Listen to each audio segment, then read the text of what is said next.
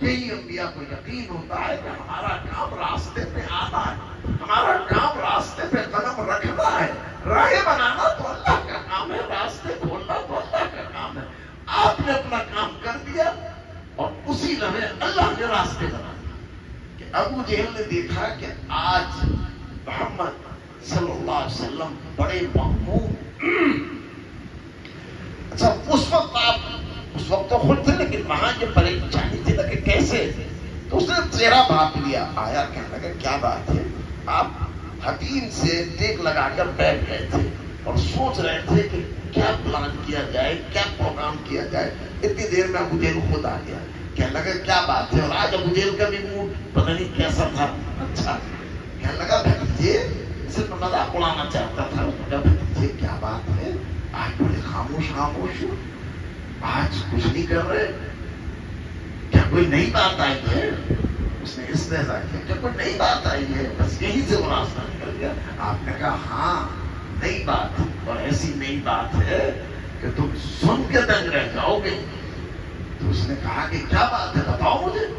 تو آپ نے صرف اتنا ہی بتایا تھا کہ میں نے عشاء کی نماز یہاں پڑھی تھی اور فجر کی نماز بیت المقدس میں پڑھ کر آ رہا ہوں۔ اتنا سننا تھا کہ اس میں زوردار ہنسی آئی، لیکن اس نے اپنا قابو کیا اور وہ سمجھ گیا کہ اب بہت اچھا موقع ہے۔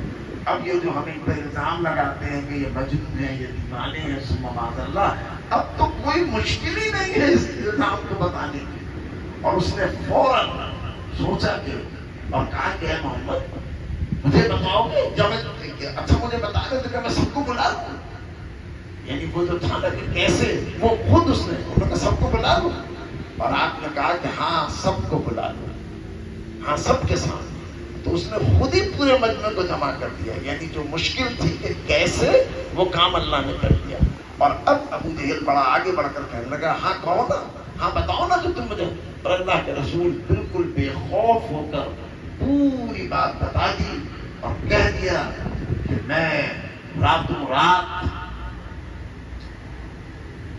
بیت المقدس گیا ہوں اور صبح واپس آ گیا۔ بس اتنا سننا تھا کہ ایک طوفانی بدتمیزی کھڑا ہو گیا، ایک ہنگامہ، ایک شور، ایک برا بھلا، ایک وہ۔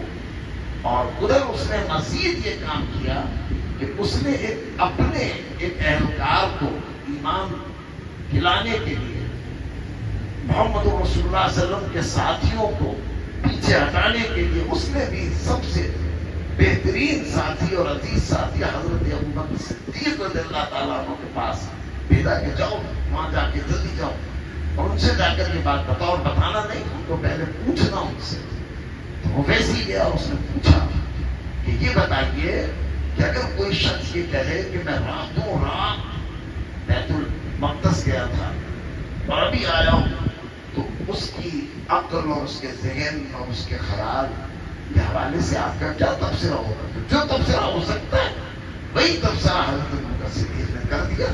جو بات ہو سکتی ہے، جو بات کہی جا سکتی تھی، وہی سب کچھ کہہ دیا۔ اور اس نے فوراً کہا تو سنو، تمہارے جو صاحب ہیں وہ مکے میں بیٹھ کر یہ بات کہہ رہے، یہ ہوتا ہے کہ اسی لمحے جیسے ہی آپ نے یہ بات سنی، آپ نے کہا اچھا کون کہہ رہا ہے؟ محمد صلی اللہ علیہ وسلم کہہ رہے ہیں، تو میں سب سے پہلے تصدیق کرنے والا ہوں کہ وہ بالکل درست کہہ رہے ہیں۔ اور پھر اس کی دلیل بھی دی کہ تم بھی بڑے احمد پر بے وقوف، تم مجھ سے پوچھنے آئے ہو، مجھ سے دلیل لینے آئے ہو۔ اگر میں یہ یقین رکھتا ہوں کہ ایک فرشتہ آسمان سے آتا ہے چشم زدن میں اور اللہ کا پیغام دے کر واپس چلا جاتا ہے، تو یہ کیا ممکن ہے جو رب فرشتہ بھیجتا ہے وہ رب محمد صلی اللہ علیہ وسلم کو کیوں نہیں لے کے جا سکتا اور کیوں نہیں لا سکتا؟ اور پھر مکے میں پہنچے اور وہ جو شور مچ رہا تھا اس کے اندر جا کر خود بھی ساتھ دیا اور کھڑے ہوئے، اور اس وقت نبی اکرم صلی اللہ علیہ وسلم نے آپ کو صدیق اکبر کا لقب عطا کیا، سب سے بڑے صدیق۔ اور پھر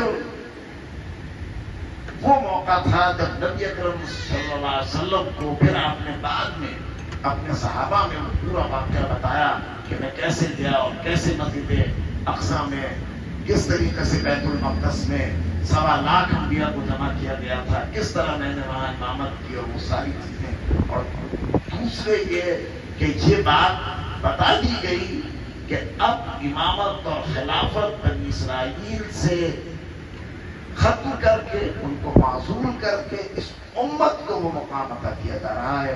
اور پھر اس کے بعد دوسرا مرحلہ ہے پہلے کہ جب حضرت عمر رضی اللہ تعالیٰ عنہ نے جا کر فزیکلی طور پر بیت المقدس